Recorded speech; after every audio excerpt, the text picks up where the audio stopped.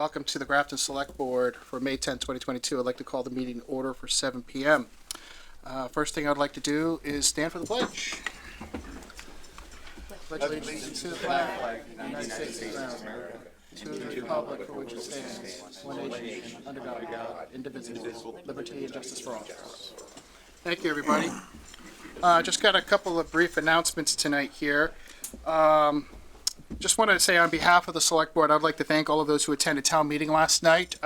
We got through that in a couple of hours, so we didn't break any records. So I just want to thank everyone who came out and participated for that. Just a reminder that local elections will be held next Tuesday, May 17th. Polls are open from 8 a.m. to 8 p.m. For additional information can be found on the town clerk's webpage due to the election. Just so you all know that the next scheduled Select Board meeting has been postponed until May 24th. So there will be no Select Board meeting on the 17th. Just a reminder that Brush Dump located on Millbury Street is open from Monday through Friday from 10 a.m. to 1 p.m. and Saturdays from 9 a.m. to 1 p.m. Permits are required and are sold at the new highway garage on Old Westboro Road. That's all I have for announcements tonight. Do we have anyone from the public who would like to make a comment?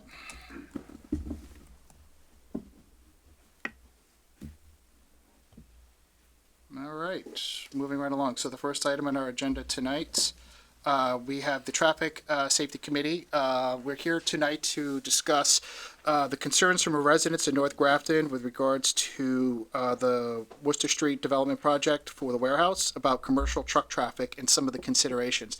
So I'd like to welcome up the Traffic Safety Committee at this time.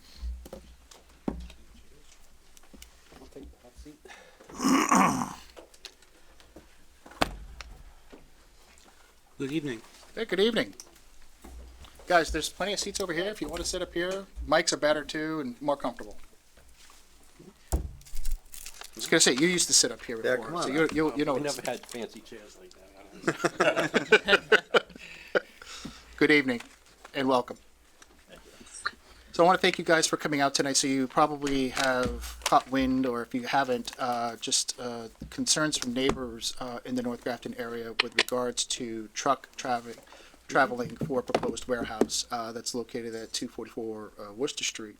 The board has taken some input from residents as well as the planning board, and we're here tonight to discuss what are the options that Grafton has with regards to mitigating trucks from traveling down some of the more residential streets and not using the direct routes, but more importantly, the noise, especially around trucks who utilize downshift in what they call jake braking, and seeing what can and cannot be done. So this is just an open discussion about some considerations to see what can we do to assist residents in North Grafton. Well, I think one of the issues for the trucks right now, it's going on now, not just anticipated for North Grafton in the future, is I believe that a lot of these trucks are using GPS ways, whatever it is that they're using, and they're taking them to the shortest route we find. And I've seen trucks in some of the weirdest places, Chestnut Street, coming from 140.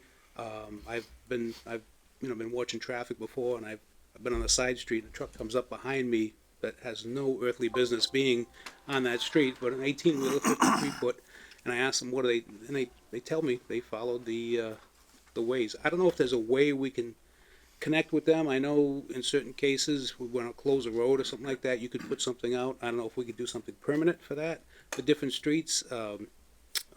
Brigham Hill Road, for example. Obviously, the numbered routes, 122, 140, Route 30, there's nothing we could do about that. That's been addressed, it's been brought to us before, and we explained, even from the last traffic safety presentation we did when we had those recommendations. You can't keep trucks off those numbered routes, period. But like I said, something like Brigham Hill Road, they'll come in from Danome Street, and that's, that's an issue there. And turning onto Brigham Hill rather than making the full turn down by Cumberland Farms is difficult.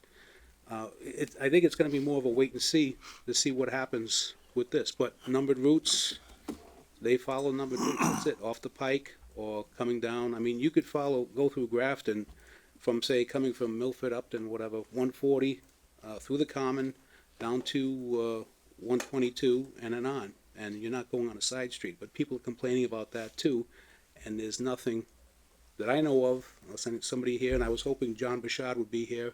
He works for the state as an engineer, but from what I understand is, nothing we can do with that. That's all state numbered routes, truck routes.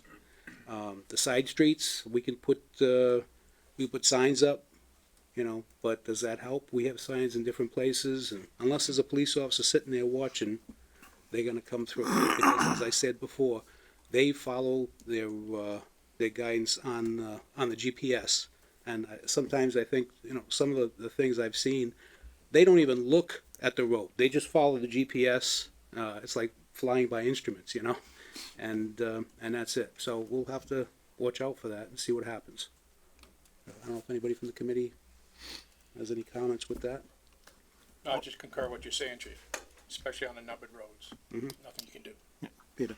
That's right. So Norm, we brought this up, before, and you and I have talked about this many Right. times. Bridge Street is a major issue. And then once Wyman Gordon's or this building, gets going, there'll be other issues. So, I've followed trucks from Wyman Gordon's or from the Mass Pike, through Grafton onto Bridge Street and out 140 to Route 20, because that's the shortest way that the GPS is taking them to Route 20. Right. And I know, Will, we had talked about, at one point about you contacting, the, GPS companies or whatever it is, and maybe you can explain, or have you done that? No, we haven't. That's Okay, still an so option. I could see that on your face. So I didn't want to put you on the spot, but I did. No, that avenue is still open to us. Yeah. We can still, let the people who run the actual GPS satellites know what roads can and cannot take truck Yeah. traffic. And then, like the chief said, it's just a matter of time. Yeah, and then Norm, you and I have talked about, closing Bridge Street, and then the issue that creates of closing Bridge Street, because then all of a sudden you've got tractor trailers going down to Country Plaza or Stop and Shop, and they have Right. to find a place to turn around, and there's no place to turn around. And you're talking about the traffic from 122 making its way to From the Mass 144. Pike Say the Mass Pike. from the Mass Pike to Route 20. So that is the shortest route. So you can get off the Mass Pike, take a left, and in a half a mile you're on Route 20. But it takes it through Grafton and Bridge Street, and that pole's been taken down a couple of times, and Yeah. so Yeah. it's an issue we have to deal with, and with the additional truck traffic that the new building's going to create, that's another whole issue there. So So besides signs going up on non-numbered routes, that's one way to deter. But to your point, is it going to deter it? I think it's like a speed limit sign. People Right. will obey Yeah. or they won't. Right. I guess I'm gonna ask the board, how does it feel? Do you have any other questions about wanting to see about moving forward with some options? Excuse me, Mr. Chair. Yeah. I think Brian was on. Brian, I didn't realize we had someone. My town engineer. I'm here. Yeah. Hey, Brian. Hey, how are you? Good. If you want to maybe let him, it's up to you, through you. Yeah, I didn't realize, Brian, I forgot I didn't see Brian on the, so Brian, did you want to weigh in on some of the conversation we're having?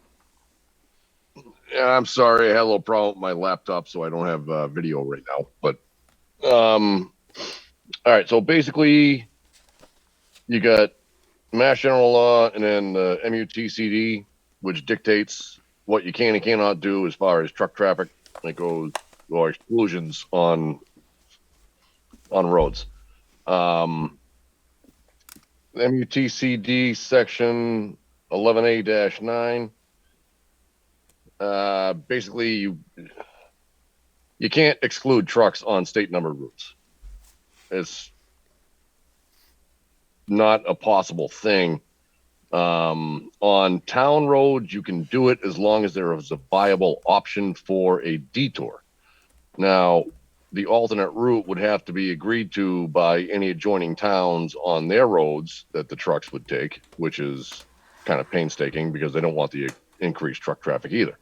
So it's not something that's just simple cut and dry.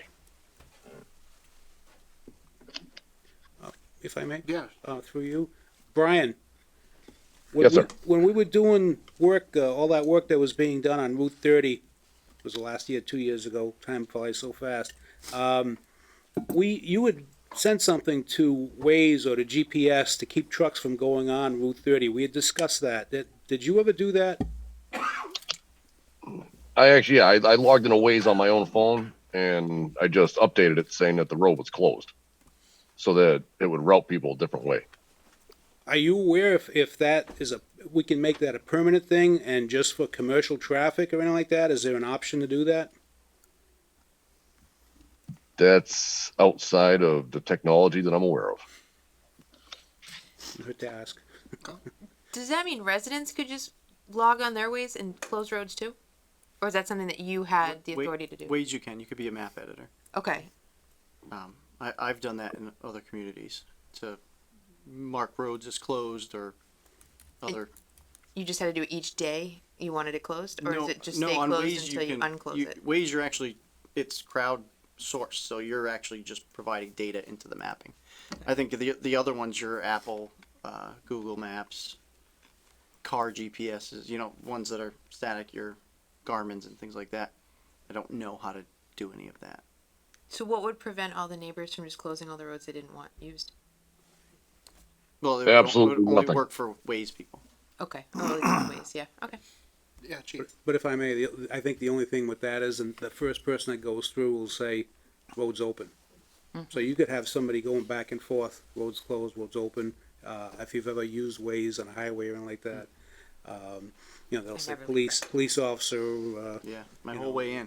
yeah, Police officer yeah, there, police officer, there. yeah.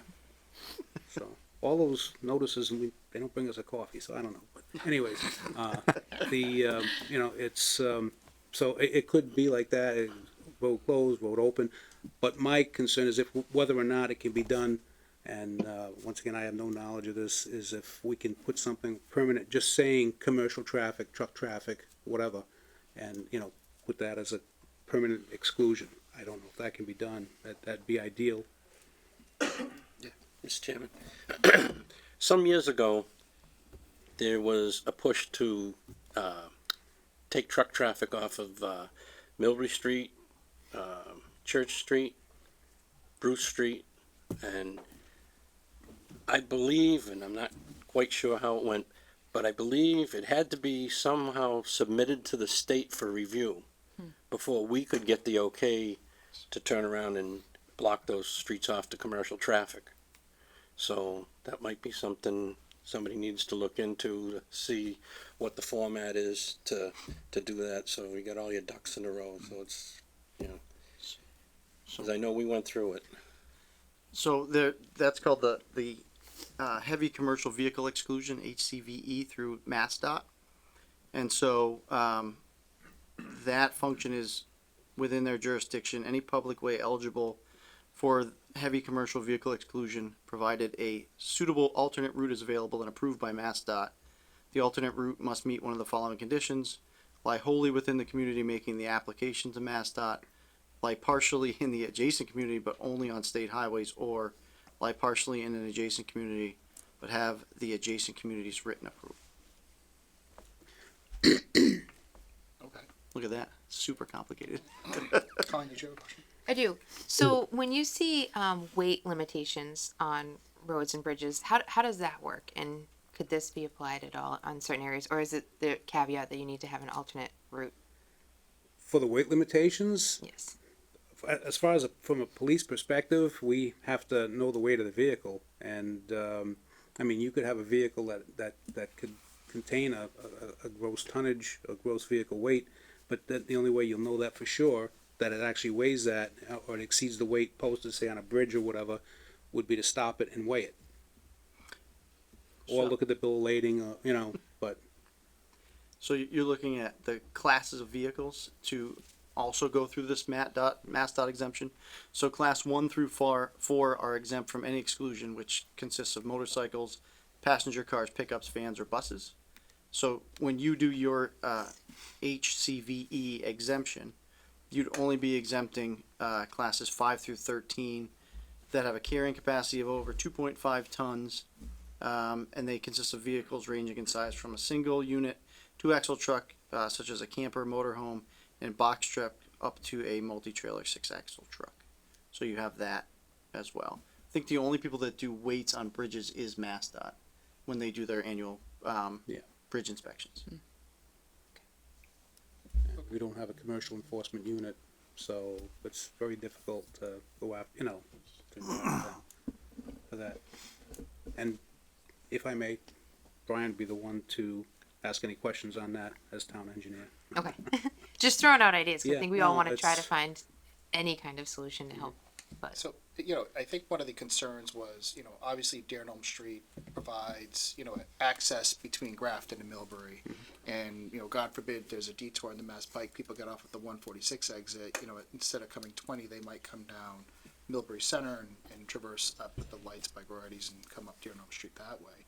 But I think it's those side roads that interconnect Brigham Hill, Dearnholm, and those areas in there that they want to, you know, that I would say, like, I think is enforceable from our perspective, where I think signage should be a consideration that we should do. And, you know, at least put notice to vehicles over certain classification from preventing them from using it as a way to, you know, maybe get around traffic unless police detour them and authorize them to go down those roads for. There's a detail work in those areas. Yeah, well, you have that situation in Grafton, Worcester, on Creeper Hill Road. The Worcester side doesn't allow truck traffic, and we do on Creeper Hill. So, as you mentioned, though, you have to have a detour. So, say Dearnholm Street, you'd have to have a detour, and there is no detour to get off Dearnholm Street except for Brigham Hill Road or get back to Worcester Street if they're coming from Millbury. Right, but those detours are set up by some official. Mhm. That's not something that, you know, a commercial truck driver is saying, I'm just gonna take a detour today, right? Well, it wouldn't be a detour. You know, the way it is right now, you have no place to go. Once you get on, what is it, on the Millbury side, I forget. Riverland. Riverland Street, yeah. Once you get on Riverland Street,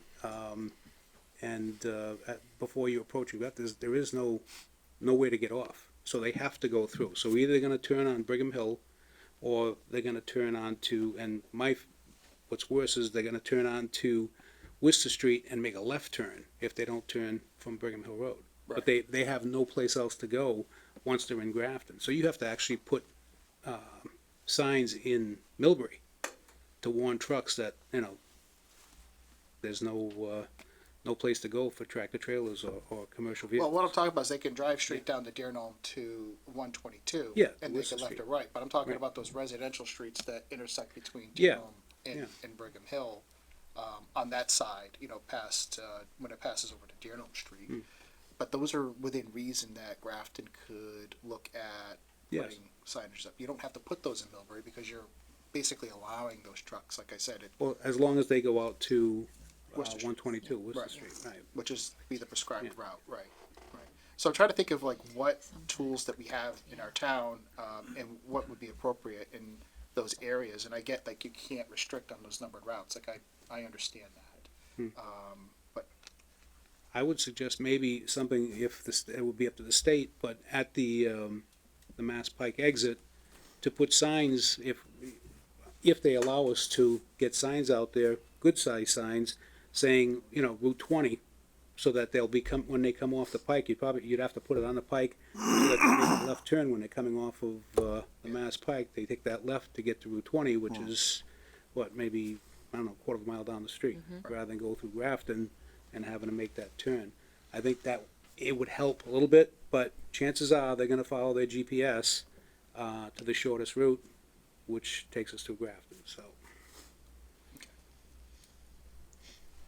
Any other Oh, questions? just a quick FYI. Back 15 years ago when I paved Deer Gnome Street, the detour is 7 miles coming out of Lordville. When you take a left out of there to go through Millbury to get over to the Pike.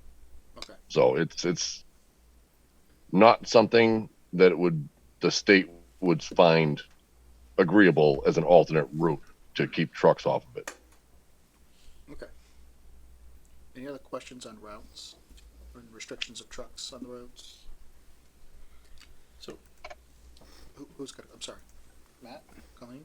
Oh, Matt, you can go. I can- So it seems to me that our best option is to try to do some research around how to update the maps on the various routing things. Google Maps, Waze, whatever.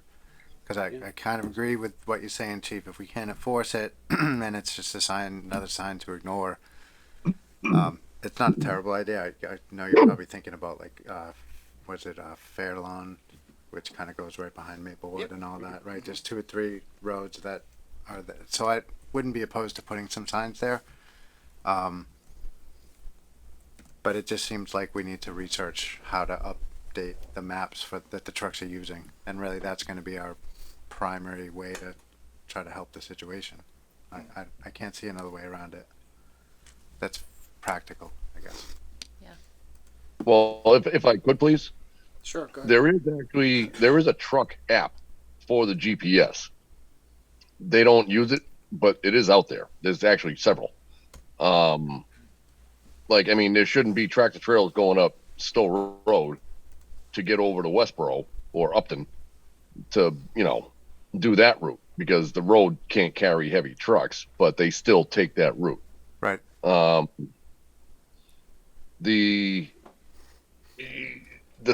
I'm saying, the stuff is out there. It's just a matter of how do you get anyone to pay attention more than anything else. Well, I guess to me that's the point of working with the app companies to try to figure out what's the predominant 2 or 3 apps that they use to route, through the area, because that's exactly the point. They're not paying attention. They're just, it says take a right and you take a right. So we need them to say go straight or take a left instead of taking a right. And I don't know if that's feasible, but that seems to me to be kind of that's the problem, is these secondary roads that are not the named routes. They are what they are, right? 122, 140, the trucks are going to be on them. It's not ideal, but there's nothing that we can do. So our kind of the thing that is in our control are all the other roads.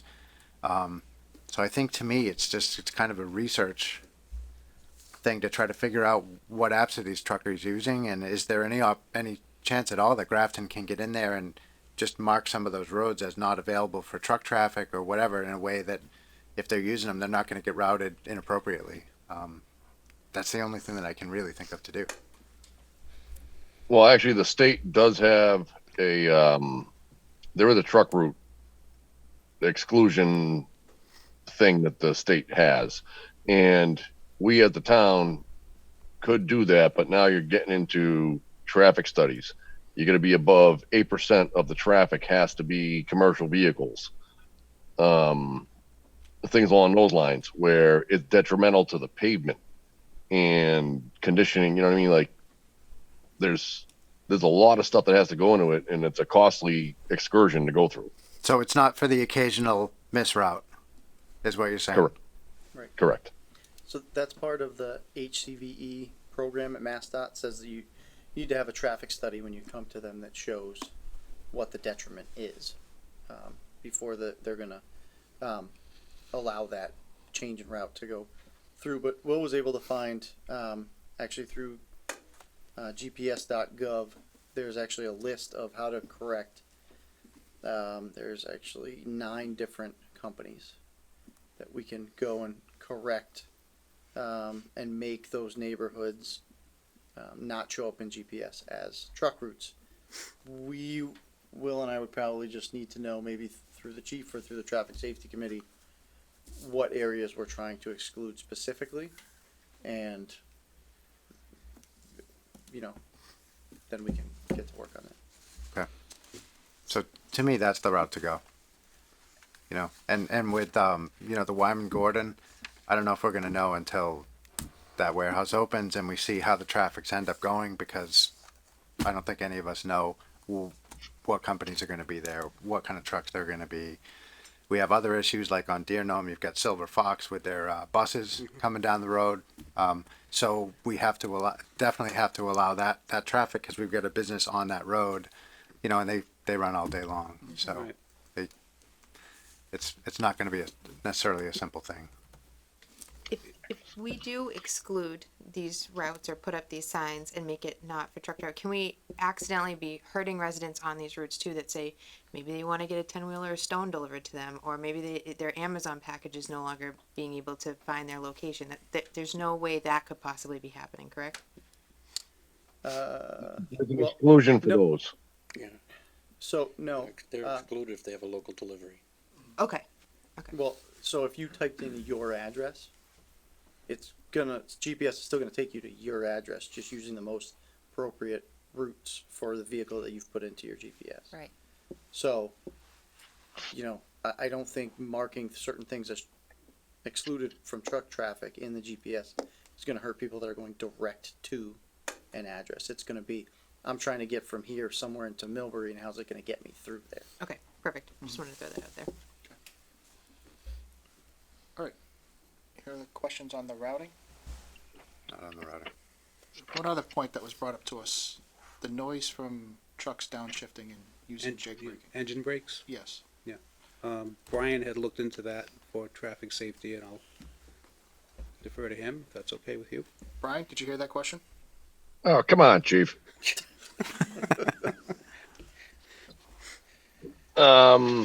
Okay, well, what I found out was basically you need to have a noise bylaw, and it would apply universally to everything. So the town would have to adopt it at, town meeting vote, whatever.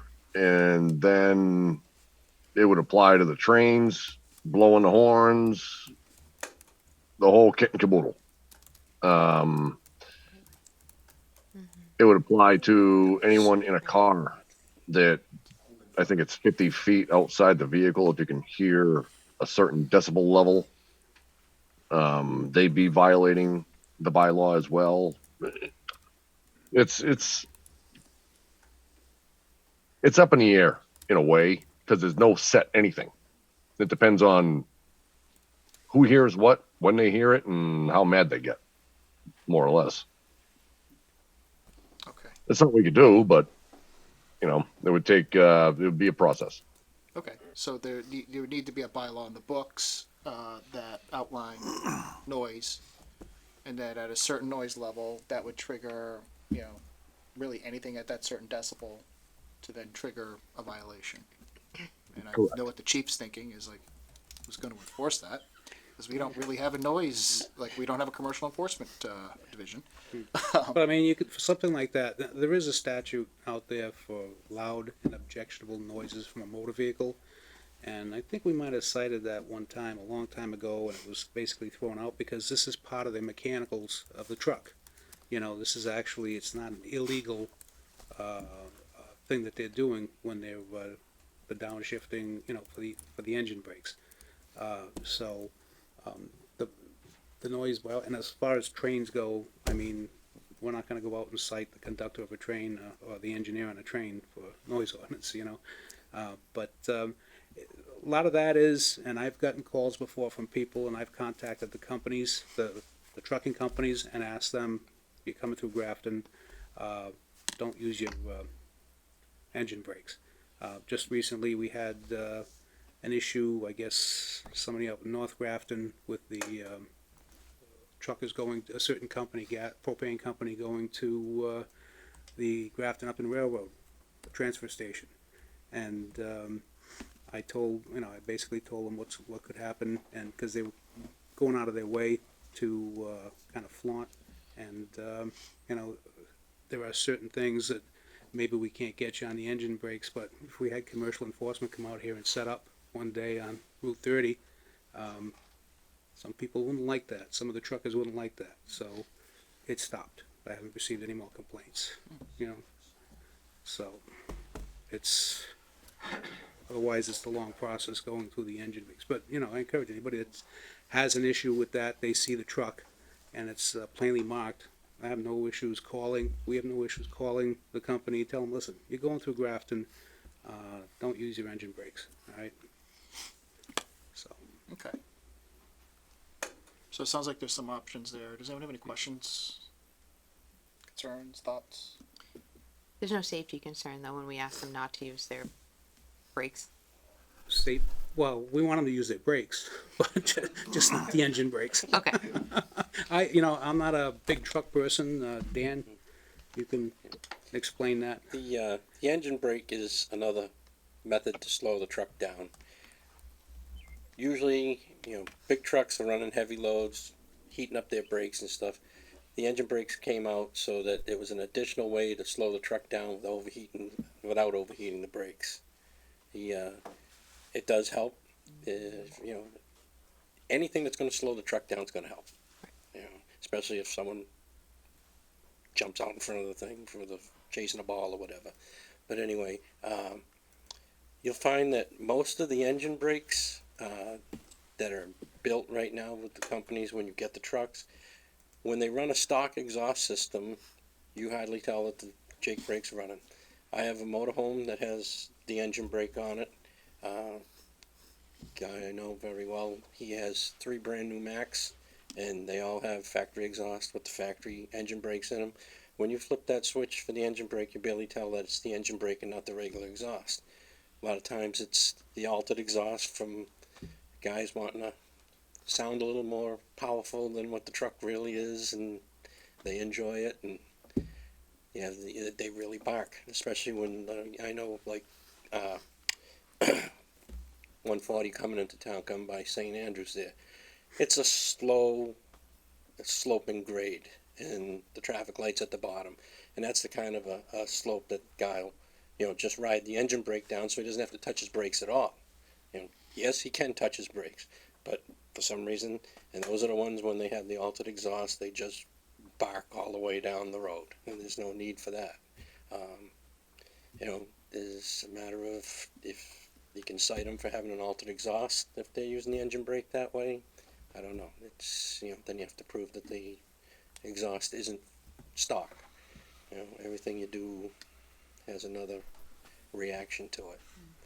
But I've been in West Bridgewater, and West Bridgewater has quite a few signs that say no Jakes, and they're similar to what we do with the a lot of times when we have people come before us that the traffic's too fast in their neighborhood and slowing it down.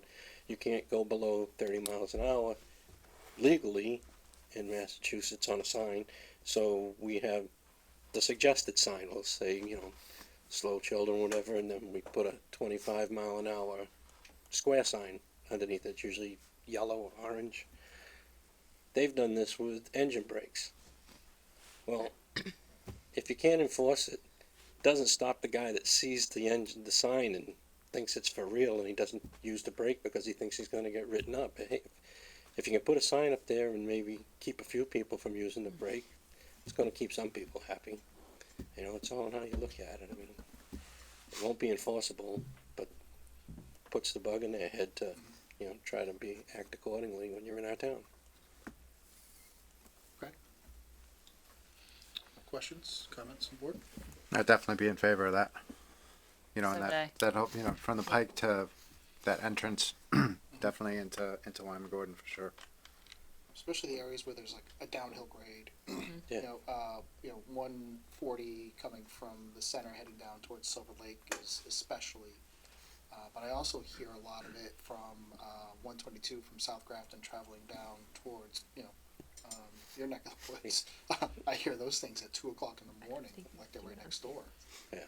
But I can only imagine, Good question. if they're. I'm sorry. Did I miss something? Well, you just listed 2 state roads. Are we allowed to put signs up on state roads? I didn't think we could do that. That's what That's for truck restrictions. I'm talking about Jake break. But I guess doesn't it apply to all things? It's not our road. To We would I don't just be think we- town we'd roads, have- I believe. huh? Yeah. Negative. We cannot do that. Yeah. So we would need an access thought it was permit just from the restriction. state, We couldn't and do we'd that. have to approve the signage. Okay. All right. Well. Never mind. Never mind. All our long hills are state roads. shot for the rest of So Let's so go. the traffic safety committee is gonna look into all of this and come up with a plan, is that, you're not, Scott, you're not?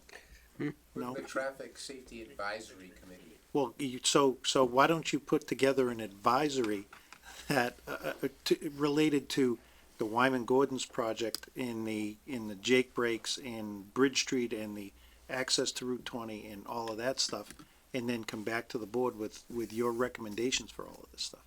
Is that where we're headed? I think that's something I would like to ask them to do if they would consider it. Yeah. Yeah. Advise us.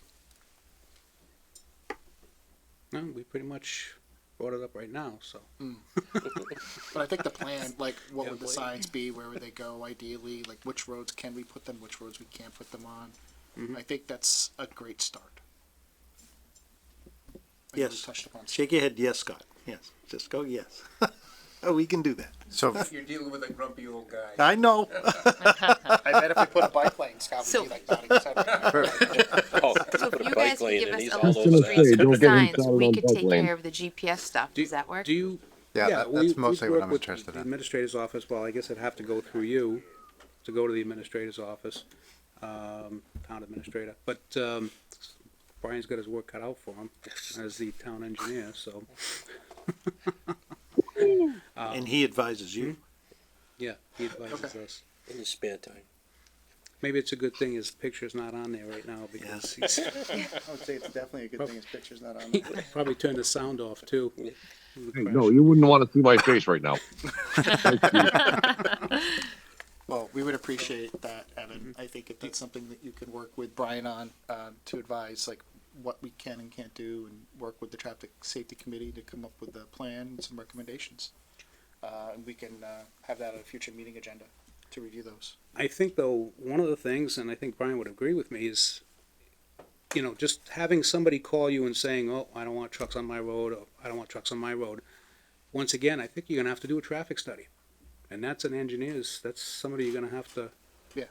You know, I think that's gonna have to be part of his That- recommendation. I in think order that to- would be the first recommendation, and I'll make that tonight if the board agrees. You're gonna have to do a traffic study to see where these trucks are coming from. As Brian said, you know, it's gotta be, in order to make these restrictions, over 8%. Was it over 8, Brian? Yeah, he said 80% of the yeah. traffic. Depending on the classification of the road, it's Either 5 to 8. Okay. So if it's like my street, it would be 5%, but if it's like Deer Gnome Street, it would be 8. If that makes sense. He doesn't, because I don't know what your street is. I do. I mean, Yeah. Oh, So, that I was mean- straight. You know, A local cut through road would be 5%, and a Artery is 8. local thoroughfare sort of thing would be 8. Okay. You know, where you would expect more traffic on that road would be 8. So what would we be actually studying? Like what roads would we target? that's the thing. Who's complaining? Who's made the request, and where, you know, what specific roads are they talking about? Chief, I feel like you're looking at me and I'm looking at you. No, I just, you know, Well, I guess I feel like you guys would know traffic a little bit better than I would. What I'm interested in, I guess, is really pursuing the GPS route. So if there are known areas in town where we have, you know, where you guys have gotten complaints and where we know trucks are being inappropriately routed, those are the areas that I would target. I don't know if I'd be in favor of a traffic study, because I don't think, frankly, any of the roads that we would study that are not state highways would be even close to that 5 to 8%. no. And, you know, we're talking about There's no way. something that's not here yet. We're worried about Wyman Gordon. It's not here yet. I think, you don't want to put the cart before the horse here. It's, I think, my opinion, seeing the traffic, traveling around and what's going on out there. I think once this opens, you're going to see, of course, you're going to see more traffic on Worcester Street. You're going to see more traffic coming off the Pike into Grafton, probably Danholm Street. Brigham Hill Road, we'll have to wait and see. I know, but there is one business closer to the municipal center, just up the street here, which does get truck traffic, but there's no reason why. But once again, that would be addressed with the GPS, telling people don't come off Danholm, don't go up Brigham Hill Road to get here, follow 122 all the way in. But once again, that depends on if there's a lot of traffic. Say they're traveling in the morning when the high school is commencing, or when it's getting out in the afternoon. Somebody's going to plop into Waze or whatever. Oh yeah, lots of traffic in front of the high school. Stay off 122. So they'll follow. This would, because Waze would say shortest route. So that's something we have to address there. Okay. But other than that, what streets are people complaining about? Colleen?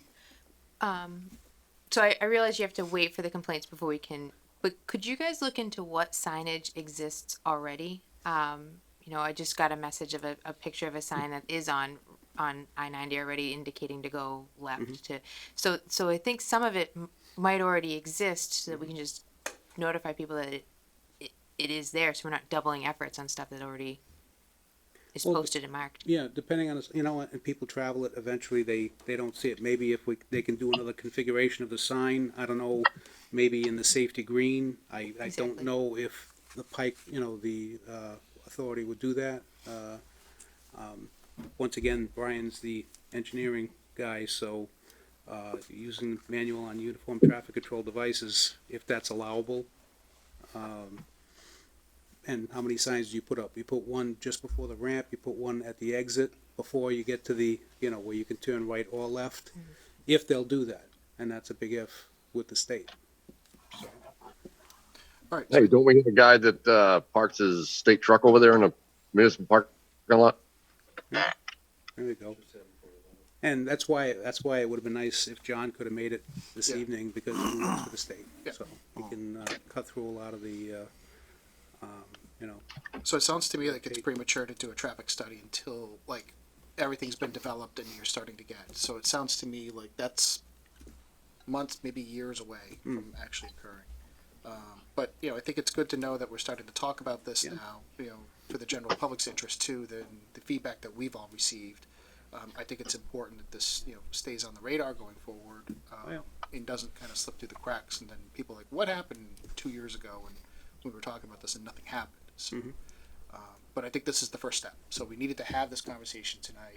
But it sounds to me like we kind of are in a waiting game until that's developed. Is that what you're hearing? Is that what the board's thinking? I think we could still look into some answers for the GPS stuff, so Agree. that we're ready to Agree. go Yep. when the problem does happen. We can start pulling levers. I don't think that. I don't needs think you to need hold our up. approval to put that in there, do you? No, I think No. we just looked for a little guidance on how you think we should do that. I'm sure we're not the first. Maybe call. No, Mass no, Municipal, I'm not physically how to do Yeah. it, but where exactly we want to be sending. So where would the complaints go? Because I think what I'm hearing the chief say is we're not getting any complaints now. So if we're not getting any complaints, then there's no work for us to do in GPS. If you guys feel confident that the document you have gives you the instructions you need to update GPS when we do get those complaints, where would the complaints go about trucks going? Generally, they either go through PD or they go through our office. Was, if I may, was there a specific complaint that brought us here tonight? I mean, besides just saying, well, we're anticipating when this place opens, we're gonna have 600 trips a This is day. purely on anticipation Okay. of what's going to happen and about the increase of the traffic. Now, people have made observations about the the more frequency of trucks going in, like more of the Amazons going through the middle of town and so on and so forth. Like these things have been casually. Nothing has been brought to my attention or bubbled up to me that there's an actual complaint and do something about it. A lot of what I've heard has been, hey, this is going to happen. What can the town do to make my life less worse than what it is now that this is going in front of my house. And Peter, if I may add too, in this discussion of Worcester Street,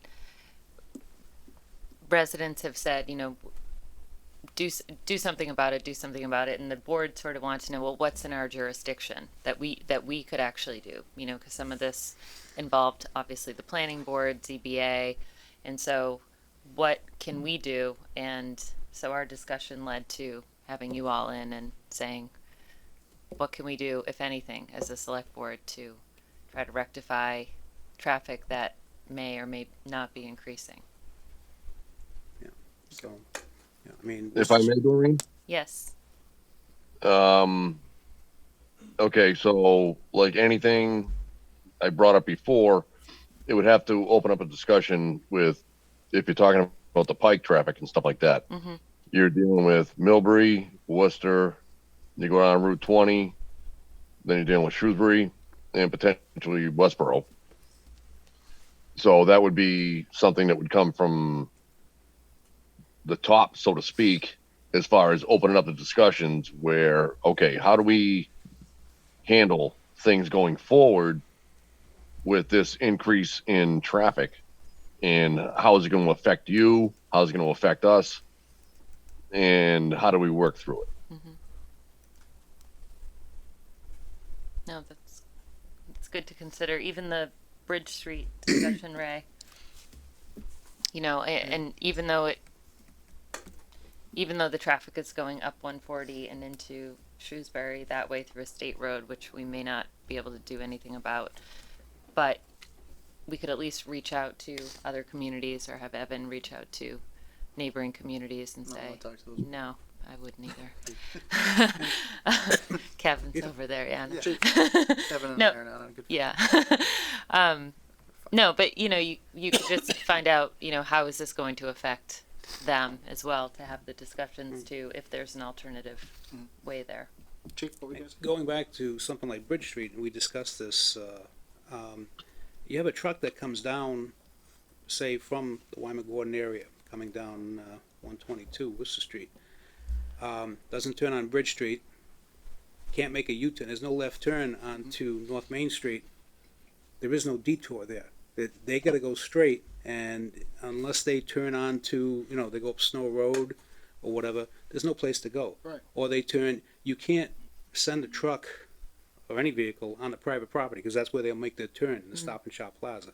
And that's, there is nowhere to go from there. Right. So, same thing coming up, from 140 on North Main Street. Once you pass Route 30, there's no place to go. If you don't have them, if they're not allowed to turn right, and I don't think they should, but they do, because there's no restriction right now, they can't make a U-turn to get on, say if they want to get onto Worcester Street. Once again, they have to go straight down and turn around, and we get that, you see that quite a bit. And that's the problem of Bridge Street in its location. Right. And how that road is constructed and Right. configured, I should say. not Yeah, and constructed. it's just not made for trucks, because they take out the pole there probably every 6 weeks. Yeah. 6 to 8 weeks, they take out the pole, or at least skim it, or light, the light stanchion, whatever, unfortunately. Wish I was selling poles to the National Grid. Yeah, in all seriousness though, that's been looked at, so there's really limited, we can't really do anything about that, to your point. But I think, going forward, just wanna know, does the board wanna give some direction tonight to Evan and his group about GPS, but then do we wanna wait till we get the problem and they do a traffic study, and then you're able to make a better determination about what actions to take? I'm not sure I'm ever gonna be in favor of a traffic study, to be honest. To pursue truck route restrictions, on non-state roads in Grafton, that I just don't think we're ever gonna get to that threshold where that's gonna make sense. You'll get the occasional misrouted truck. If we see some kind of pattern, then maybe we could go down that route, but I just don't think we're ever gonna get to that threshold for myself. Anybody else? Yeah, I agree with Matt. I think we need to see the problem first. It's hard to be proactive in this scenario because you just can't. You're limited without the problem to be proactive. Well, I think that we, you know, the Wyman Gordon's project is gonna happen. They were doing test borings out there today, so they're doing, you know, their field engineering out there. It's gonna happen. We can't wait for that to be online before we do something. The neighbors in that area, the Hilltop and Fairlawn and, you know, the roads that are over there, want a truck restriction on those roads. And we can do that. So, you know, I'm not saying to do it right now, but prior to this thing, you know, when it's 50% complete, we should be starting to restrict these roads from truck traffic and, you know, and everything. Go ahead. For you? Yeah, I mean, has anybody had issues with tractor trailer trucks coming down Fairlawn? No. So- It's not that, Norm. I'm talking about when this project is up and running. Mhm. One of the things, if you watch the planning board meetings, is that they wanted truck restrictions on those roads. Now, whether a truck goes on them or that doesn't go on them, I wouldn't, I'd be totally surprised if a truck Yeah, went up it's- Hilltop Street, but if we put truck restrictions on there, that's what the neighbors wanted for that area. So, you know, that's just something that we need to do. And, you know, the building is, who knows when they're gonna start it, but it's gonna be a 1.5-year project to build the whole thing. And so we have time for this. So I'd be in favor of putting signs on, but restrictions, like actual restrictions, that's, now you're talking traffic studies. And I guarantee on Airport, Fairlawn, any of the streets that we would consider, we're just never gonna hit that 5 to 8% threshold. So why would we spend money studying something? I just doesn't make sense. We could put signs up and I'd be in favor of that, but I think the actual restrictions, Oh, yeah. I think another piece of information the board might wanna know is just, you know, what is the depth of the traffic study? What would it, you know, what does it have to occur and how much? Right, you can do a traffic study on one road, but it sounds like we wanna look at an area, right? Or is this a traffic study that you're gonna do for the whole town, chief? Yeah, you know, like you mentioned though, we have a solution in search of a problem. Right now, there isn't a Right. problem. There's no Right. problem now, but I just wanna know, yeah. I think from an informative standpoint, chief, is just, you know, for us to make, you know, a better decision on this, is like, I think we would just need to get some estimates and ideas. I'm okay with putting a pin in this. Wyman Gordon's not built yet. Like Ray said, it's coming. I'm not debating that, and I'm not debating what could come with it, but it's difficult to appease the neighbors until we know how to do it properly. Yeah. I mean, we can throw up signs everywhere, but now they're gonna have sign litter everywhere, and then too many signs, and I don't wanna look at all these signs, and I agree we need to do signage, I agree we need to do something, I think we just need to, do it in the appropriate time. And Right, I and just we think it might be a we little just need a too plan. soon. We don't need a traffic study like Matt says, but we need a plan. And- Well, and Matt's we- not the one saying it. I think he's reiterating what he's being told. That Oh, well, whatever. well, I also did say. I thought he did say it, Yeah, but, you know, but- sometimes I go in and out here. so I'm I- taking advice. That's what I'm doing. All right. I'm calling on that. All right, so we started the discussion. I think this is the first step, and I think we wait. Is that what I'm hearing from the board? yeah. Yeah. And then when they start building it and we see construction vehicles, that could be the next time we start talking about it again, yeah. because construction vehicles are showing up, and that's traffic. So we're not going to sign off on this yet. No pun intended. No, there really was. But I'm bummed. But you know, in all honesty, though, you know, I think this, to your point, when they start opening up, I think this is where the town needs to start paying attention. So at least we started the conversation, like we said earlier, and we know this is on our radar. All right, We do have. Can I throw two things out there? Brian, one thing, please. I'm just letting Evan go first. Thank Yeah, you. zip it, Brian, I'm talking. I'm just kidding, Brian. But you're seriously, I'm talking. The only road I know that we have an active issue on is, Snow Road? No, Soap Hill, coming out onto George Hill. Coming through Upton. Right, because we're getting traffic from Upton and the trucks get to the end of Soap Hill. Tractor trailers go up Soap Hill? Yep, and then they hit the wall across the street trying to make either a left or a right to Onto go down George Stowe or, right, either ultimately down Stowe or Not even on Wyman. George Hill. But they start in Upton, so we would need to contact Upton to get some signage happening. We would have to coordinate with them, yeah. Yeah. So I I've think, already I tried thought that, we- by the way. I thought they had signs put out there. not that I found when I, The DPW director in Upton will not put up signs restricting truck traffic up Grafton Road, which is the road that connects to Soap. And I'm like, you can put up any sign you want, but he won't do it.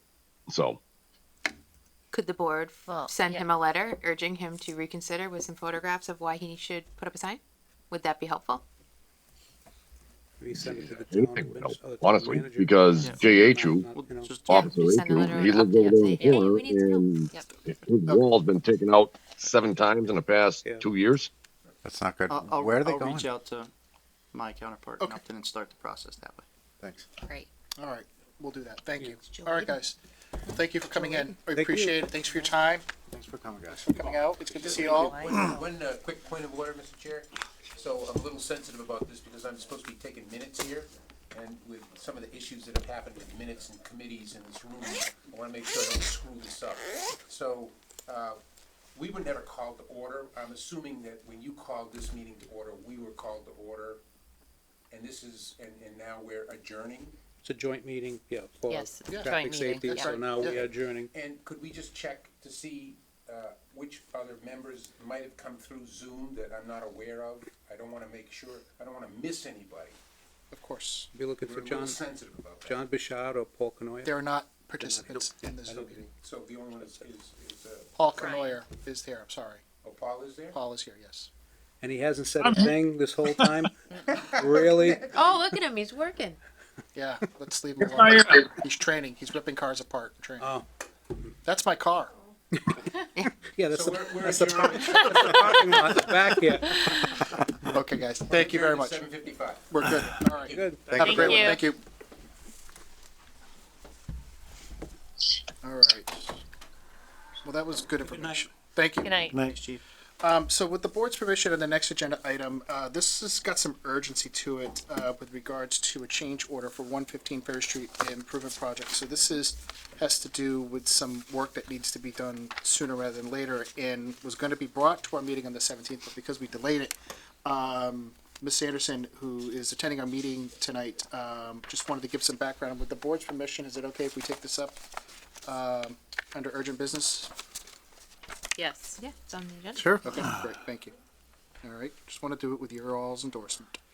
All right, Jen, hi, good evening. Hello. Can you just give us some background on the project, please? Yeah, thank you for taking a look at this tonight. Quite a few months ago, we put out to bid a couple of times, finishing a lot of our large scale projects to meet the ADA requirements as part of the transition plan a few years ago. And that include ramping to the bathrooms at Ferry Street and ramping from the dugout to the ball field itself at McNamara, that main Little League field. And it's obviously taken a few months for the contractor to be able to get everything lined up, and he was ready to start this week. We have been talking about, because he was already asphalting these other two areas, addressing some issues we're having from the entrance to the parking lot to the basketball courts and the batting cage, which has just been a rubber matting situation that hasn't held up very well there. And we still need to address the slope requirements to the batting cage itself. And so we thought this would, it was a good opportunity to take advantage of getting everything lined up and the contractor there to address all this at once. And with him being able to actually get over there in the next few days, we didn't want to throw another wrench into it. So the funding exists, the contractor is lined up, we're within the scope of work. And I talked to William about this briefly, just about the month that can be done and how that works, and it's all good to go. We would just need your approval for it to move forward. Okay. Does the board have any questions? I have one question, Jen. So there's a lot of use going on in those fields today. There's people who play pickleball, there's Little League going on, there's practices, games, like all those facilities are used. Has this been coordinated with those people who have already reserved and made use of those fields? Yeah, so we're working with the contractor. I mean, his work is going to be obviously mostly during the day. The activities with Little League and such would happen in the afternoon and the weekends. it will be for a few days. Like if they start excavating Friday, there'll be the excavation to the pickleball courts, which will be a few inches down. But we'll, have some signage of that. It's not going to affect people's really daily use at all. They know who's using it and when. So we're definitely all, and I'll be in Little League as soon as I have a better idea of actual start time. But Okay. it's really not to affect operations. Right. Anyone else have any questions? Doreen? Yeah, I just want to know if this went in front of the Disabilities Commission at all. Well, it hasn't. I mean, we put the mats in as part of the larger ADA project we've been doing amongst all the parks. And we're trying to address some of the issues where the grass is grown in and we can't maintain, and it's not visible, and we're not meeting the state advisory opinion they gave us at this point. And this section is just keeps being issues, and people keep removing mats, and it's just a kind of a failing short section. So it's just about 200 feet total to do those. That little, it will look like a Y area there. So the Parks Department is aware, and we'll be asphalting, and it's exactly what we did at Airport Park with the loop around there. So it's 5 feet wide. It's meeting all the ADA requirements. So we should be 100% in good shape. All right. Any other questions? Thank you. So, thank you. Do you need to have a vote authorize the chair to sign this? You want us to, a motion to approve the change order? Yes. I move the board vote to approve the change order number 1 for Federico Company LLC for the 115 Ferry Street Improvement Project in an amount not to exceed $13,450. Second. And authorize the chair to sign it. I don't think you sign it. I don't sign that change order. We don't sign change orders, but we vote on them. Is that right? Let's go through. Change orders are signed by the board. All right. And authorize the chair to sign. Second. Motion made second. Any discussion on the motion? Hearing none. All those in favor? Aye. Aye. All those opposed? Declare the motion carried. Thanks, Jen. Much appreciated. Thank you. You're Thanks welcome. so much, Jen. Thank you. All right, so next up here, we have the lip process for Pleasant Street and Upton Street. Tonight, what we're looking to do tonight for here, and I was speaking with Evan, is we're looking to maybe assign a select board member to negotiate with the proposed developers a select board letter of endorsement on the proposed plan. Again, this is the first step of the lit process that we went through. So that's really what we're going to be looking for tonight as an action item. Does the board have any questions? What would be included in a letter of endorsement? I think you would have to see what the agreement is first, and you would have the contents of that, and then the board would take that under consideration and either endorse it or not. Would this include what we're asking in that whole part of the lip process, or is this just saying we're entering into the lip process? No, this would be our first go at the development, if I'm not mistaken. So when we had Dan Hill in here with ZBA, and we talked to Chris McGoldrick, the process starts with the select board and then goes down through different channels and town departments. So it's our opportunity, the select board, to say, okay, we want X amount of units, and that's something that we negotiated, and we said, yep, we'll sign off on that and let it go through planning, ZBA, and so on and so forth, and all the other ones. So that's my understanding in short amount of words in the abridged edition of what we need to do.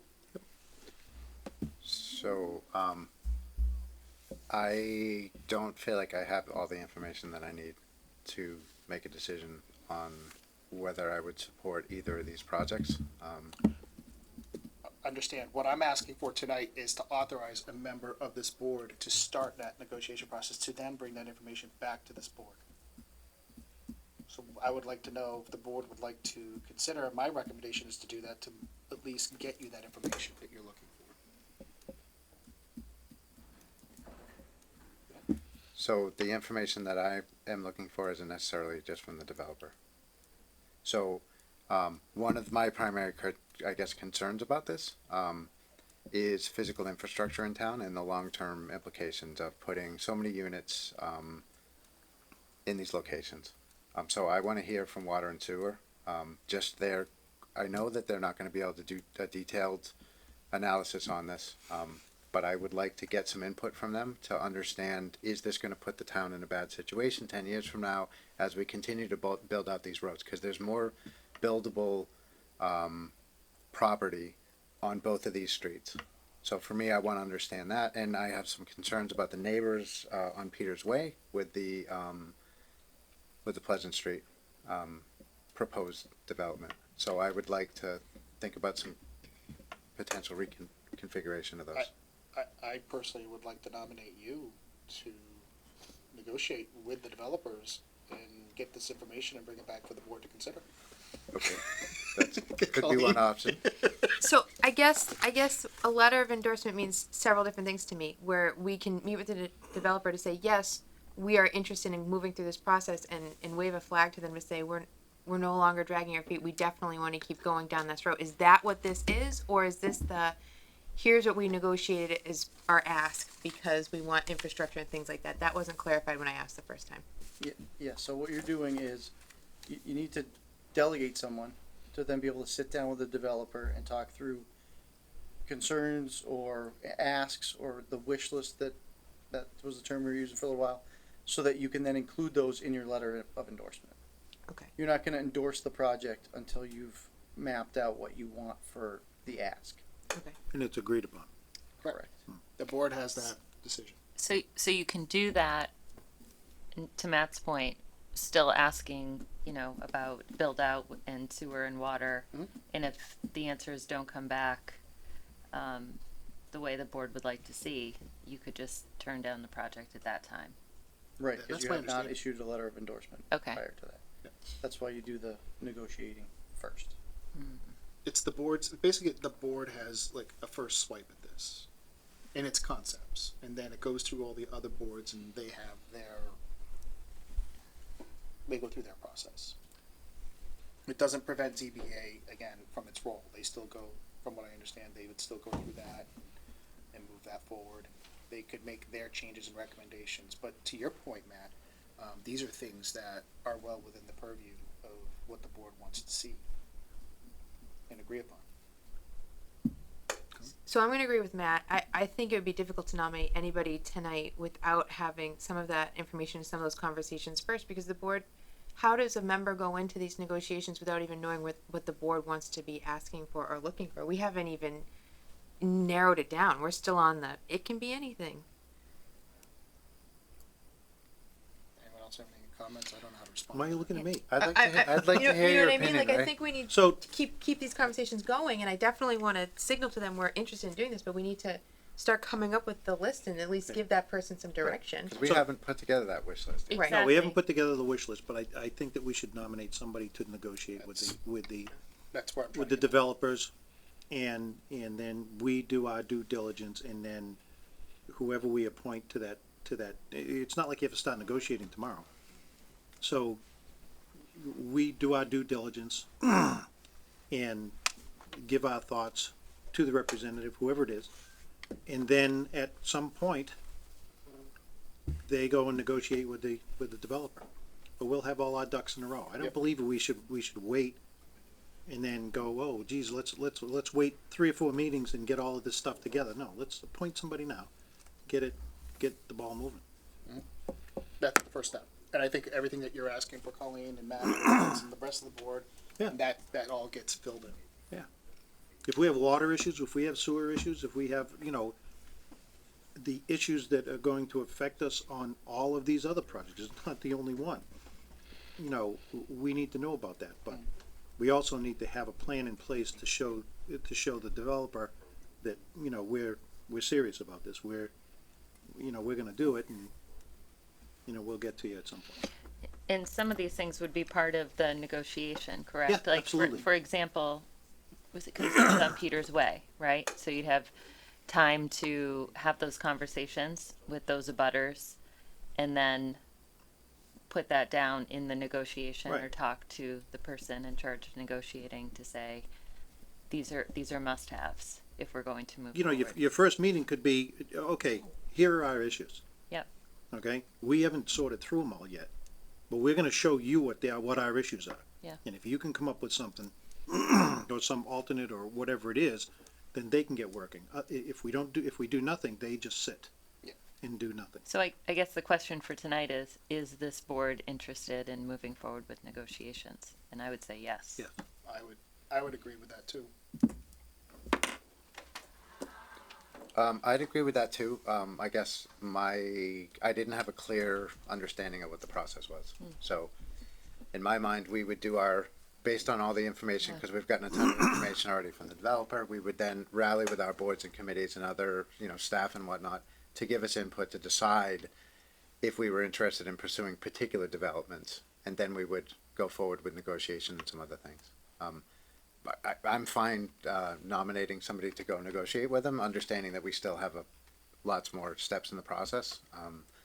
And I'm happy to do that if people want me to do that, whatever. I'm not too bothered by who does it, but so I'm fine with that. Okay. I do want to. I'd like to have that workshop with water and sewer Absolutely. and others Yes. to kind of get their back of the envelope assessment of. We've got 3 lips that are semi-active, two more than the third one, but yeah, so that's fine with me. And Evan, we're not on a clock, right? No, but I think that you guys gotta solidify whether you're moving in a direction or not. Yep. And then, if you have all these questions, then you need to express what the questions are so that we can get those people to come back with the data that you wanna know. Yep. Right. I think, but I do think you need to make a determination of whether you wanna move forward in the process, and if you do, I would select a select board member, myself, and then we can pull anybody else we need into the room, obviously, based on whatever the concerns wind up being, or, whatever you get to, but I would like to see, I think we need to have some kind of board motion. Yeah, keeping in mind, we don't have to come up with all the answers. Right. So, it's not all the answers come from us, so. Yeah, and the detailed stuff will be done by ZBA if the projects go forward. So I'm not concerned about, particular engineering aspects of the development. I'm concerned about what happens 10 years from now, like I said. I'm fully on board with just signaling to the developer that we want to move forward with the process, for sure. I think that makes sense. And then we've got to start scheduling. I guess it would be in that workshop, so maybe we start talking about what the agenda needs to be for that workshop. And I don't think there's any reason that we should not go forward with the discussion about what our wish list would be, and to come to some consensus. I guess I'm also want to be sensitive to the fact that we're going to have 2 new board members in our next meeting. So I think they should have input into all of it. I agree. That's fair. All right. So we're in agreement. The board wants to move forward with the lit process, right? Yep. And at this point in time, does anyone want to make a motion to nominate a board member to? I nominate Matt. Second. Motion made and seconded from the peanut gallery. Maybe you should get a glass of Is water. there any Needs to be a discussion little- on any discussion on the motion? Do you have discussion? Well, I guess, should we say we nominate Matt for what projects and include Evan, or just, I nominate Matt? Well, this is for Pleasant Street and Upton Street only here tonight on the agenda. Yep. So it would be kind of within those projects. Yeah, and I think as we go forward, I'll be, of course, looking for some guidelines and parameters to go have those negotiations, because obviously, it's on behalf of the board. So. All right, any further discussion? All right, let's get you appointed. All those in favor? Aye. Aye. All those opposed? Declare motion carried. Okay, thank you. We don't have any resignations tonight. We do have a few appointments here tonight for election workers. Let me just pull up my agenda. Are they from Eastland?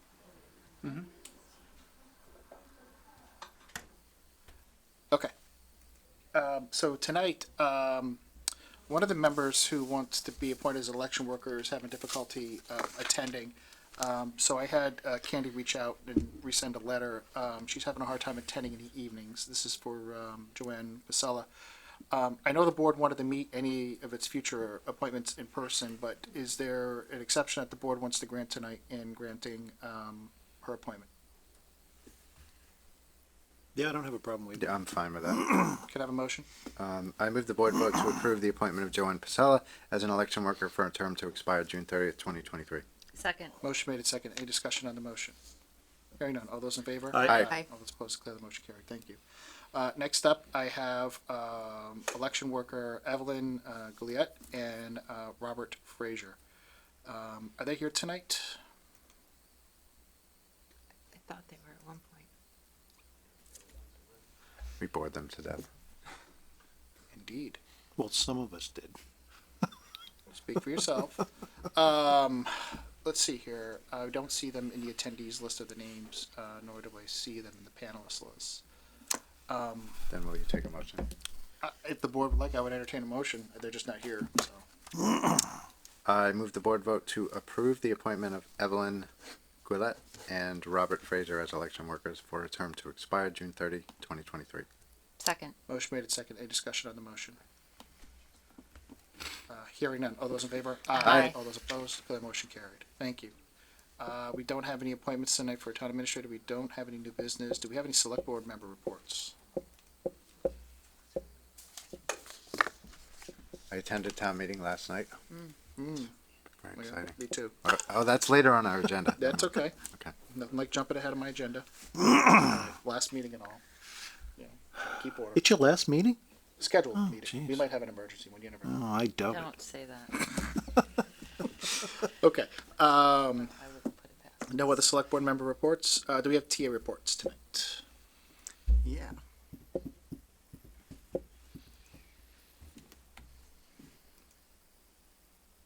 Yeah, it's working.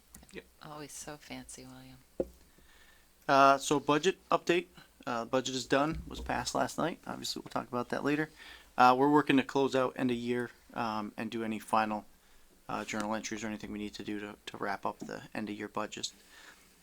We are focusing on reduced purchasing power that we currently have in the market. So just trying to factor that into the amount of money that we know we have to get to June 30th is obviously going to buy less things, generally speaking.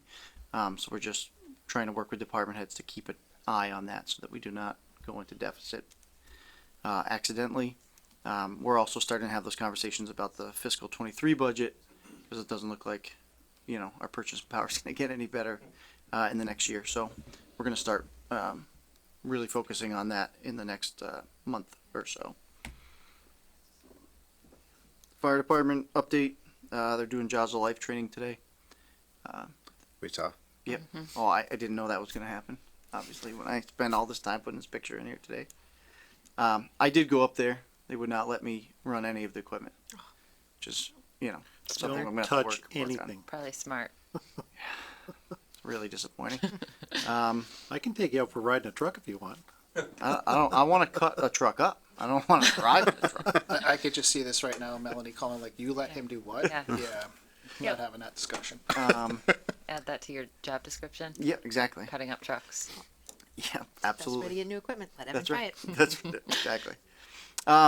So other updates. So I met with the Grafton Water District and Tufts. We're working on bringing a proposal forward as part of the public information gathering that we have going on for ARPA to come up with a joint project between the town, the Water District, and Tufts that we can all contribute to.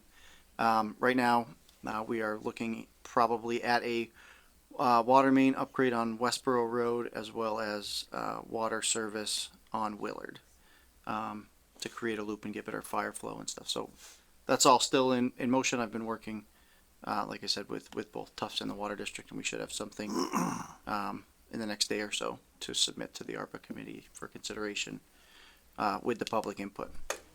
Last week we started a rain barrel program. So I saw this in Green Up Grafton, somebody had asked a question of whether we have ever done that. I already had a contact at this program called the Great American Rain Barrel. I had done a couple of drives with them before. So we were able to spin that up in literally like a day. And so the first 100 rain barrels that Grafton residents purchase, they'll get $25 off. That's subsidized through our DEP grant that we had gotten. So, you know, first come, first serve. So if you're looking for a rain barrel, you should definitely get in early. Fine. There you go. They are nice. It's a cool company. Just as an aside, they take food barrels, mostly coming out of the Mediterranean area that would have olives, onions, capers, things like that in them, and they turn them into rain barrels so that they're not just thrown in a landfill, which is pretty cool. They don't smell like Caesar salad, do they? They do not smell good. I will tell you that. I had one in A Town Hall that I set up as a display, and it was not a good choice. I moved it promptly outside for a display. But they work really good as rain barrels. So really happy to bring that program here. The pickup for those will be July 16th at the Highway Garage. We're also going to work out some other times to make it a little more flexible. That's the main day to come get your barrel. And then we'll do this next year as well, but we'll be earlier in the queue, so we have an earlier date for pickup. Can I ask a quick question on that Sure. too? So I saw it on Green Up Grafton, Yeah. and and I ordered it through that. But is it also available on the town website? It's on the town website. Great. It's on the town Facebook page. I think we shared it into All Things Grafton. Awesome. We shared it kind of all around, Okay. so trying to get that word out. I think it seems like it's gotten really good traction, you know, early on here, so that'll be cool. And then we've continued to meet with the PEC, which is the employee committee that is in charge of health insurance, and so we're looking at trying to ratify here in the coming days, or agree in the coming days to get somewhere hopefully south of 6% increase, which is it's actually a huge win in 2022, which is, you know, horrible, but so we're working on that. We're hoping to button that up in the next week or so, and then that group's going to focus on kind of the longer term picture for what health insurance looks like and what the town should be pursuing. I think that was it. Any questions for him? All right, thank you. Thank you. Any questions from the board regarding correspondence we received? I'd just like to take a second and thank all the middle schoolers who wrote us in, especially Tiffany Romero, Elizabeth Lentz, Abby Reyes, Leah Calderno, and Jesse, who did not write their last name, so I will not say it. You know, thank you to all the middle schoolers who attended town meeting last night. That was awesome to see that. Thanks for bringing that up. I'll definitely echo that. There was one standout letter that I just thought needs a little bit of attention. So Elizabeth Lentz Yes. did so much research into area towns. She's interested in complete streets, which would have sidewalks and bike lanes and you know, safe passage through town, basically, for people that are not in cars. And I was just incredibly impressed with the fact that she was aware that we were doing a, you know, comprehensive plan that we could input some data into. She did some research into other area towns that had already done some planning, and it was just extremely comprehensive and really just incredibly well done. So I thought that was absolutely phenomenal. So yeah, thanks so much for doing the work, and great job, Elizabeth. What else did we had a lot of interesting stuff this week. Are we going to respond at all I wanted to to update these letters? you on that. So, due to email blocking and spam filtering and so on and so forth, students, not staff and faculty, but students couldn't receive inbound mail from certain domains, and the town was listed as one of them, but they have since changed that. So if any of the members would like to respond to the individual students, you know, feel free to, you know, do so.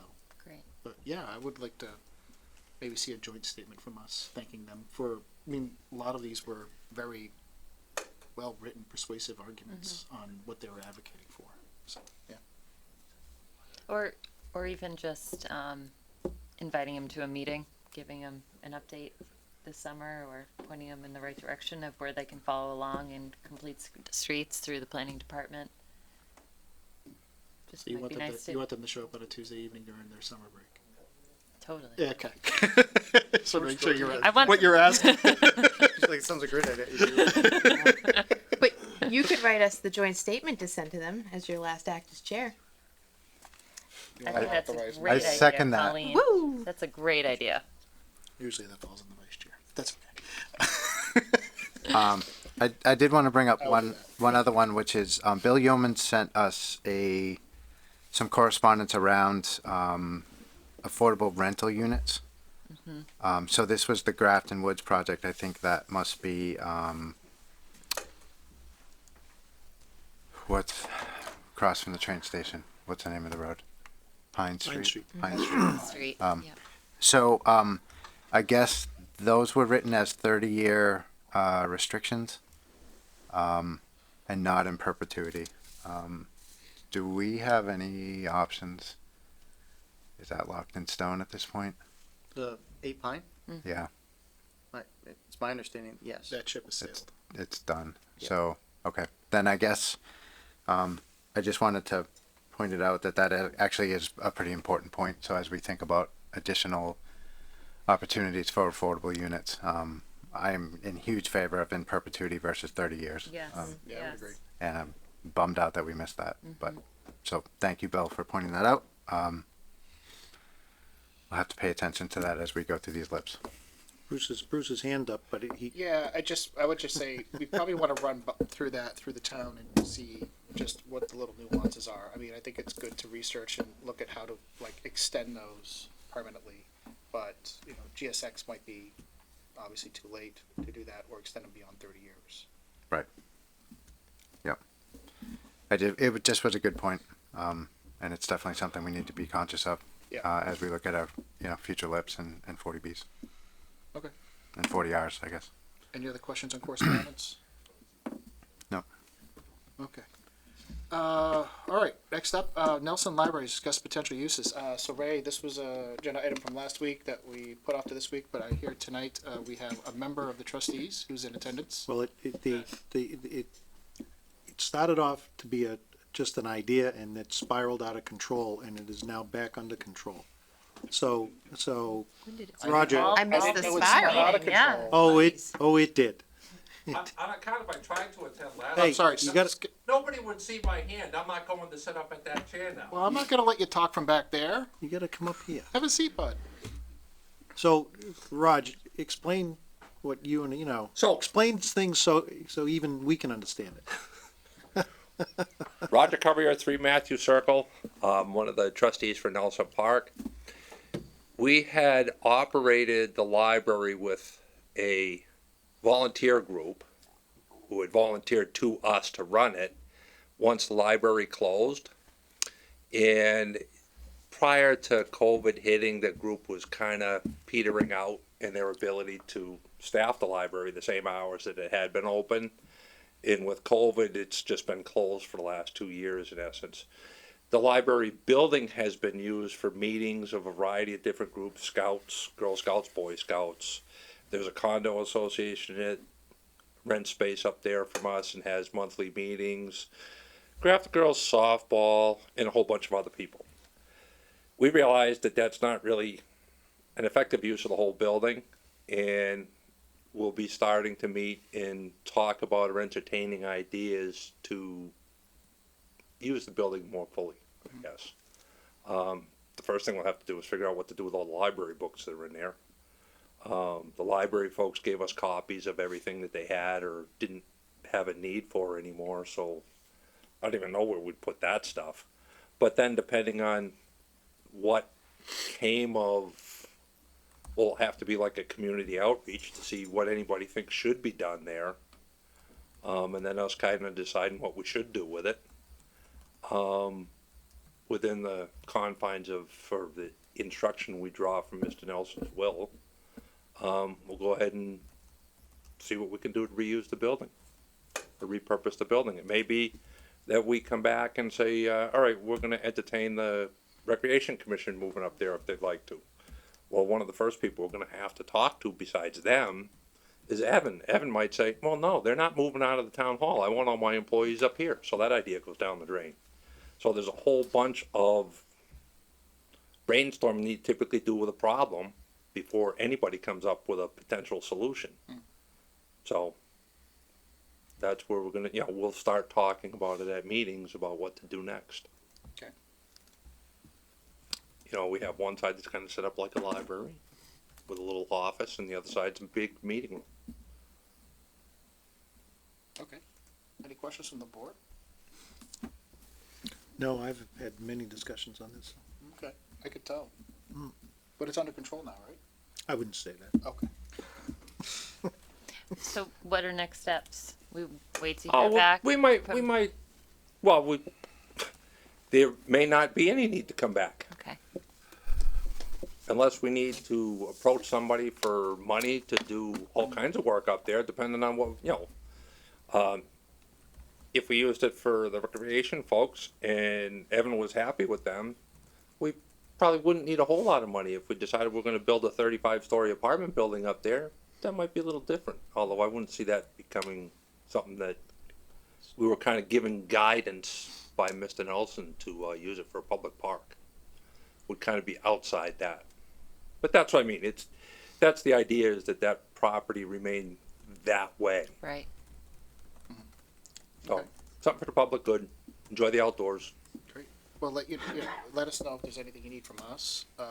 Like you said, if there's any next steps that involve us or you need assistance, please keep us in the loop. It'd be like, I don't know if they've done I've seen the town do like the Survey Monkey things, just part of gathering ideas of what anybody thinks it might be. So do you think that you want the town to send out a survey? No, that might be an idea that we might come back and approach you. Oh, I see. Thank you. We have no website, we don't have any technology to do anything like that, so. Okay. The town does. Yeah. Okay. Okay. All right, great. Thanks. All right, thank you Appreciate all. Thank you. Thanks so Thanks, much. Raj. Yep. All right, so next up I put on here for discussion, just post-town meeting review. This was in case if there was like any catastrophic article or something didn't pass and we need to come up with a plan B.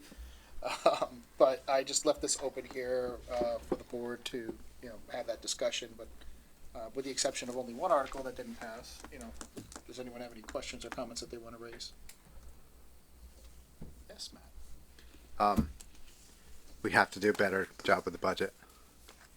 Just in the sense of there was questions about the numbers. And I think it would really benefit us if we had just a brief presentation on the budget before we discuss the articles. Nothing crazy. But, some of the questions that people were asking with the discrepancies in the numbers that they were seeing were perfectly reasonable questions, and I think they could have been addressed by just a brief walkthrough of the mechanics of the budget and how it all worked in the motions. So, in the whole meeting, that sort of was my main takeaway. I got one. So I had two people grabbed me before I left and said that the way that I did the budget, with Candy reading every line, the way when I was moderator, that I did the budget. And I said, no, I didn't really do that. That was part of the process. So are we handing out, and I didn't see it last night, but it could have been it. Are we handing out the full budget line item? Okay. Yep.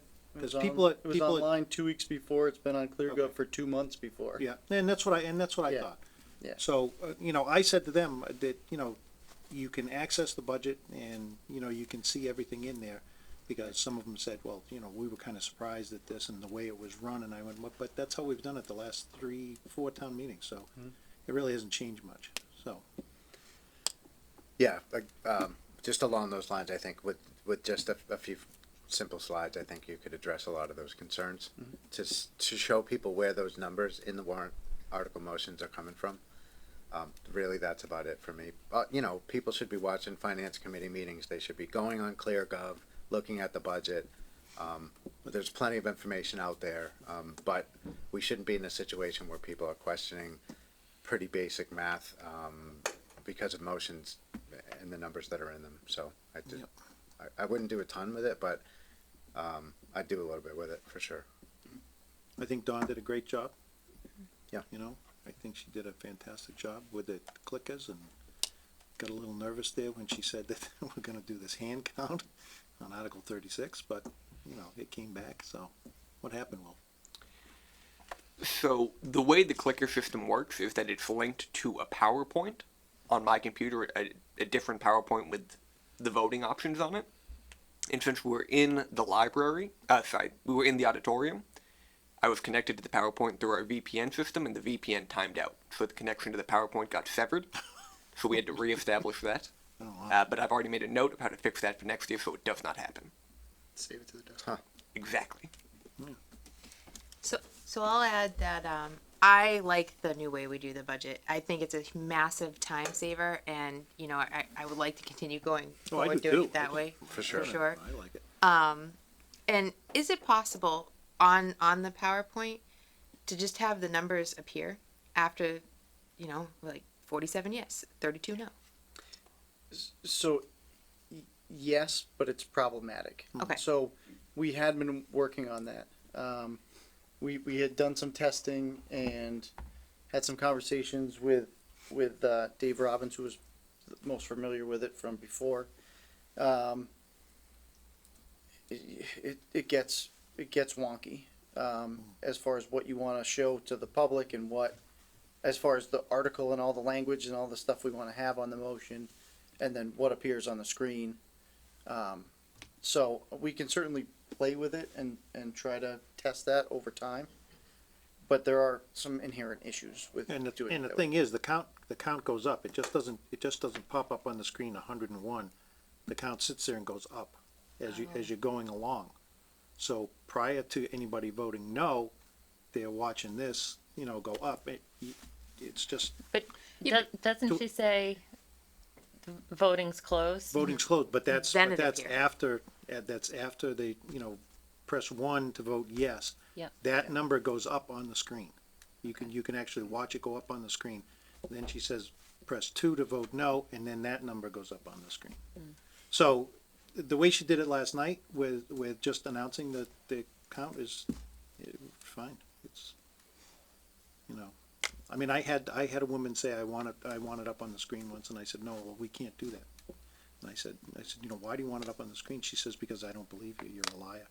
And I went, okay, I'm done talking to you. So we can certainly look into it.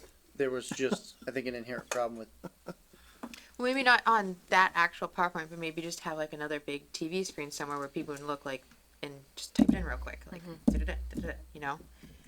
I don't know. I'm just I don't know. throwing I out don't think we ideas. need that. It's just, I mean- she announces But it. and that's it. people like it, and it takes a little weight off her shoulders if she doesn't remember to announce it. And I don't know, just throwing it out there. It's her town meeting.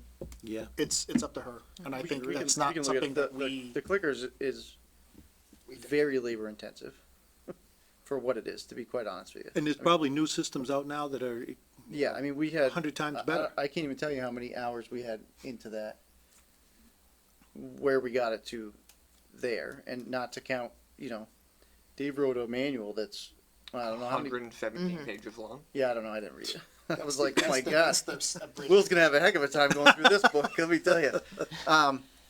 But, I mean, there's a lot of time into that, and a lot of stress, to be honest with you. Every time it glitches, every time the VPN times out, or the one monitor just would inexplicably stop talking to the computer. I mean, it's a ton for what, you know, in my opinion, you could just Read it, the number. It's just Is say, it- just say, aye. Is it more efficient than using, no. So That's it's what just a I saw. matter of like a privacy vote. That's why people like it. I guess. yeah, because years ago, you know, there was the call for ballot. Voting, yeah.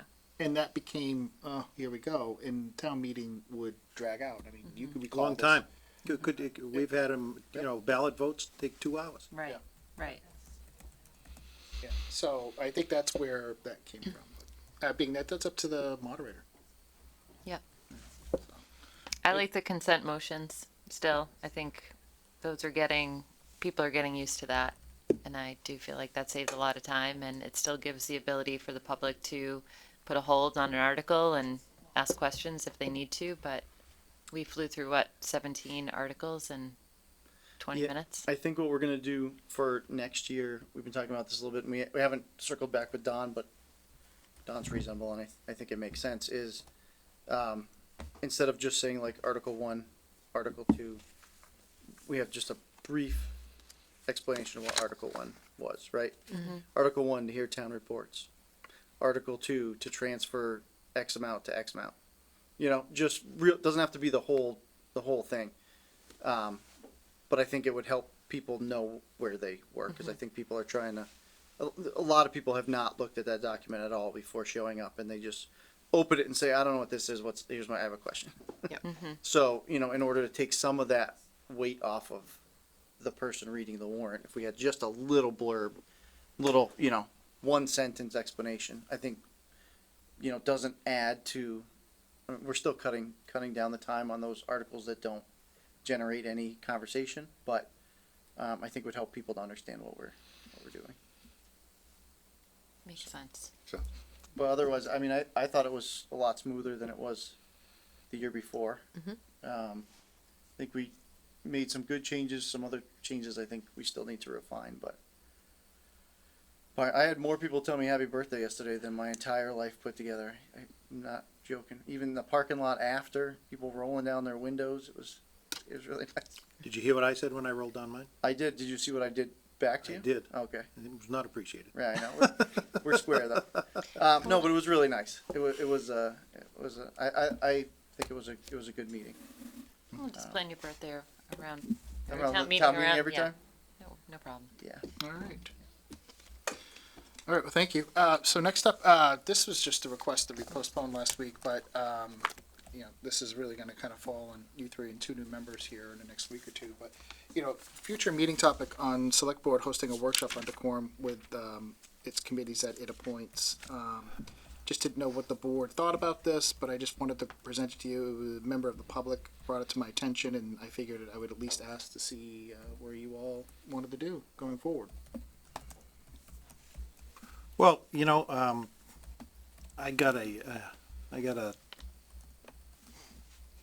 Twitter post sent to me today, which I'm not, you you guys know I'm not on any of that stuff.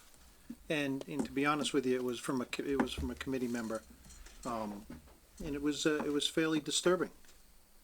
And you know, I know it's not, you know, decorum, and you know, I understand that we're talking about within meetings.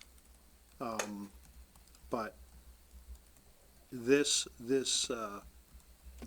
message was not appropriate for anyone who serves on a committee or a board in this town. It was offensive, and it was shocking to me. And something's got to be done about this, because personally, I would like to bring this person before this board and remove them from that committee based on this message, or whatever, you know, what was put out there. People can't, you know, anybody can sit behind this computer and type in whatever they want. But when you're a representative of this town, I suppose you can do it. Freedom of speech. You can do whatever you want. But this board controls and appoints who is on these committees. And we don't need to take that. And I was obviously very upset about this thing. So you think a workshop is a good idea? Sure. Okay. It's my favorite line. So I'll speak to that a little bit, right? So you had one message sent to you that you're aware of, and you're very open about the fact you're not on social media. And I'm gonna just enlighten you to the fact that it is rampant on social media. Oh, I'm sure of it is. several people who serve. I'm sure it is, but you know what, So people- you can't just cherry pick who you're Oh, gonna. no. Well, see, I don't know who else is you know. But you're gonna sending open. out- You're gonna set a precedent, and then it's gonna be a real problem. Now we're gonna be you know, infringing people's right to free speech, and we're going to start policing people in a way if we go down the path that you're alluding to go down. Yeah, I hear what you're saying, Ray, but I do not want to be the Facebook and Twitter police. Right. It's just, If it happened in a I meeting totally hear and they what were you're saying. behaving poorly in a meeting, right. totally different. And even then, we didn't remove people for anything like that. So, We had a conversation with several members that we appointed to, CPC a few weeks ago, and, like I said, that was the first step. We had that conversation with them. But, to this point, this is about, does the select board want to host a workshop, on decorum, is really kind of what the topic is. And I know there's some grievances and people want to air just their concerns and stuff, I get it. I want to make sure we get at the crux of what the agenda item is talking about. Well, the other thing is, and I know we won't be here for the workshop, so yes, that might be a good idea. But the other thing is, we've spent time talking about this subject before, which is why a handbook was brought up several times, and then this board determined that there's a Mass Municipal handbook that we can refer to, and there's a whole section in decorum on there. Yep. And so, I think it's really a matter of how does the board want to enforce it based on best practices from the state. And because we talked a lot about particularly social media and that fine line of, we're appointing people on committees, what's appropriate, what's not. And it really depends on who it offends and who sees it, right? And in some ways, if we kicked everybody off based on social media, we'd have no one volunteering for town government. So It's sad. yeah, it is. It So really is. so I think that would be a place to start. That would be my recommendation, particularly if you do a workshop, is to start with these guidelines that the board already talked about and determine if and how you're going to enforce it. And make sure you send that out to the boards and committees, especially the ones that the board, appoints, obviously, other elected boards that's outside of our purview, but, I agree, I think that's a good start, but I do think you should have a workshop on it. But again, it's really kind of up to you guys. Dorian and I say it's a good idea, but, Yeah, we think it's a fabulous idea. in, Yeah, definitely. less than, We should in less have than a 7 4-hour days, workshop. we're out. So, I think that would be, a tremendous waste of time, to be Okay. honest with you. Just, that's how I'm feeling. We have those, guidelines. I think, perhaps when we get our new membership, we talk about that. I don't know if I need a full workshop. I think if we can just say, here's the handbook, here's the section that we should look at in terms of meeting norms and guidelines and code of conduct and all that, and we just agree to use that. I think it's going to be really difficult to try to be looking at everybody's in-meeting behavior and also social media content in a way that we can be fair and objective. And I'm also not looking to impinge on anybody's right to say whatever the heck they want to say. and I think that'd be So, difficult so for as two I new have board said members. before, I will handle it through the appointment process. Well, that's another way to do it. Your choice, yep. Yep. But yeah, I think we are definitely getting two new members and I just think there's a lot more work that we should be focusing on when there are so many other resources and so many other conversations. We've had this conversation. I don't think we need to keep having it. I like the idea of the handbook. That's a great, I think that's a great way to address it. And then there's the best practices. There's so many resources from the MMA, multiple webinars. Yep. So All right, so I guess we won't be scheduling that anytime soon, but you'll work with the new board members and you'll take whatever appropriate action. All right, thank you for that. Next up, we don't have any meeting minutes tonight, but we do have a reason to go into executive session. But before we go, I just want to thank everyone again for the service of Town of Grafton. I know this is my last scheduled select board meeting. I know I have 1 week to go, but I wish all the candidates the best of luck next Tuesday. And I'm looking forward to seeing this board get 2 new members and you all working together for the betterment of the town. It has been an honor and a privilege to serve with each and every single one of you. It has been a really interesting 3 years. One for the books, I might add. But as I'm winding down my 13 years of elected office, I do want to reiterate again, it's very humbling. Thank you. Thank you, Peter. Thank you, Peter. All right. Mr. Chair. Yes. May I add? I also want to thank everybody from those residents who elected me to this position. It has been an honor and pleasure to serve as a select board member the past 3 years, particularly with this group right here. And Ray and Matt, Peter, Colleen, I am extremely proud of the work we've done over the past year. And it is what I'm going to miss the most is working with great leaders.